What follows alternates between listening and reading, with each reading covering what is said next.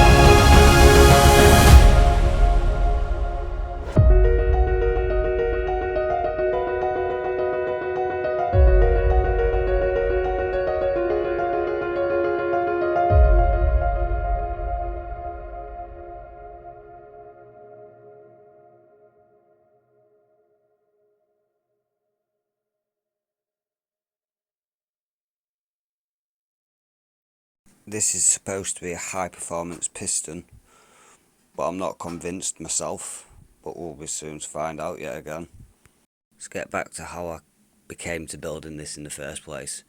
Anyway, I was in my shed, and after a little tinkering about, the spark plug popped out, so I ended up buying a thread kit for it, got the spark plug working again, and then we just heard a horrible noise, and then in the end I decided I was just going to buy a whole new front for it, so you'll see that a bit later on. So after replacing the head and spending 50 quid on a new head, turns out it weren't even the head, because it was still making that horrible noise, which was the start of me actually taking the whole engine to pieces in the first place, which then led me to discover the oil pump was chewed to pieces. So after cleaning the engine up, that's when I discovered there was some nice cracks in the engine casing, which then obviously meant me buying more casing for the actual engine, which this was supposed to cost me nothing originally. So I went all in and bought pretty much brand new everything, just to be on the safe side. Cleaned everything up, and then here we are today, putting it all together. The one other thing that I will say is they actually messed my order up when I ordered the engine casing, because I ordered an engine casing that had an electric start, and they sent me one with just a normal kickstart engine, so I had to pretty much redesign the whole engine loom again to get it all to work, which was not a very good day for me, must say. After rebuilding a loom, that took me 2 weeks. If you've made it this far, thank you for watching. Please do subscribe and hit that like button. It helps the algorithm. Also means a lot.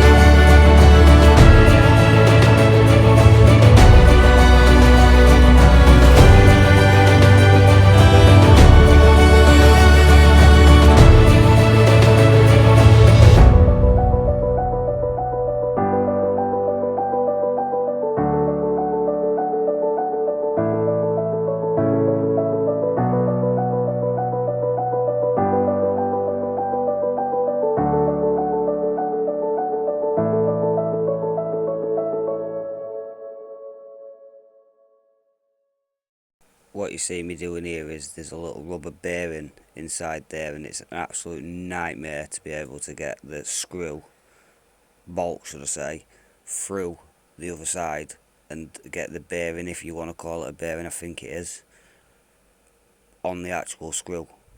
Just please remember, I'm no mechanic, probably do make lots of mistakes through all of this, and I would love some feedback, comments. If you are a mechanic, let me know. But you only learn by teaching yourself or getting taught, so you only just get in there and get it done.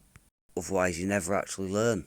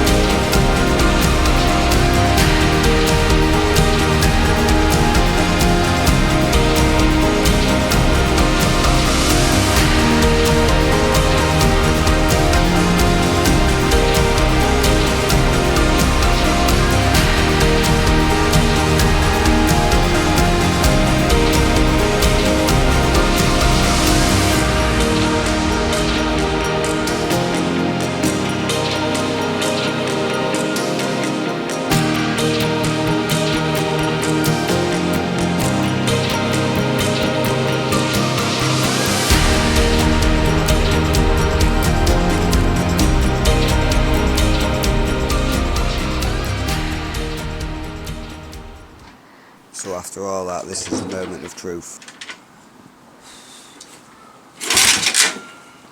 Sounds a little bit weird, but there's a lot of compression. If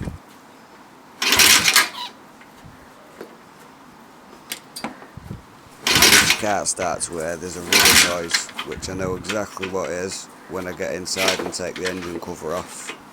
I do get it running though after I tighten the magnet up properly. Be sure to stick around while we build the rest of it and see if I actually get it working or not.